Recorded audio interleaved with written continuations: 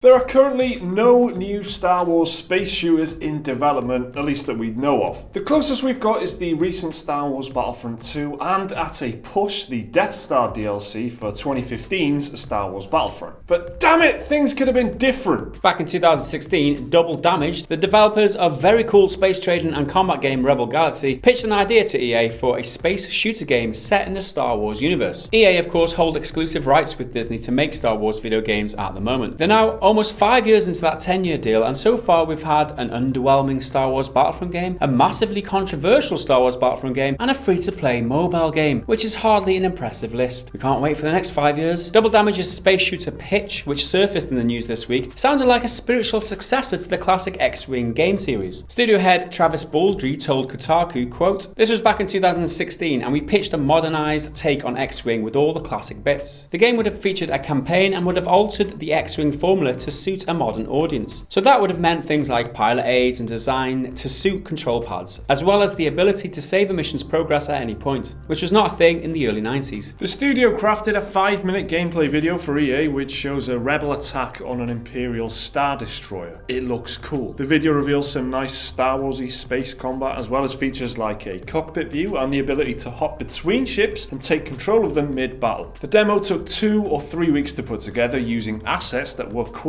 cobbled together from a variety of sources. The UI, for example, should be familiar to anyone who's played a lot of Rebel Galaxy. Baldry added, quote, "It was a long shot and we had near nil hopes that it would be seriously considered, but we probably did it to please ourselves rather than out of any hope that it would get greenlit. EA was very gracious in listening, but it never came to anything and we moved on." Sad news indeed. EA gets offered a game, space game, from people who make space games, and they go, no thanks. It looks awesome.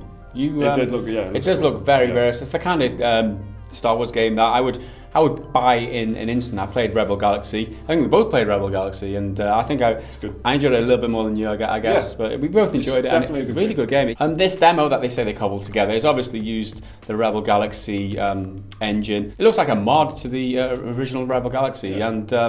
You know, a lot of the elements are there. You've got the directional shields, so there's some sort of strategy to your. We're going to say that word, right? A strategy to your combat. It's not just an all-out dogfight. You've got to think about where you're putting your ship. So that's one thing that I took away from Rebel Galaxy. It's really good, like a broadside game where you're shooting directionally. You've got to kind of like old pirate ships. Right? You've got to defend your weak flank or whatever. So there was a lot of that kind of element in it, which made it more interesting. It's a more interesting combat mechanic that way. And you got to remember as well, you would have seen footage there while we were doing the voiceover, but that was just like a 2 or 3 week kind of demo that they slapped together as like a proof of concept. Like, look what we could do for you, EA. It's a shame that it's not come to pass, because I'm imagining EA probably thought, there's too much overlap here with Star Wars Battlefront. There's incredible looking space battles in Star Wars Battlefront 2, but that's very arcadey. The X-Wing games weren't that. There's more of a sim thing going on, I guess. This would have definitely been something different, I reckon. They could have made a great game here, and it's just a shame because EA, they've got this Disney license. Everyone keeps saying this, but they're just not doing anything with it. We have literally had 2 Star Wars Battlefront games which had big problems in their own way.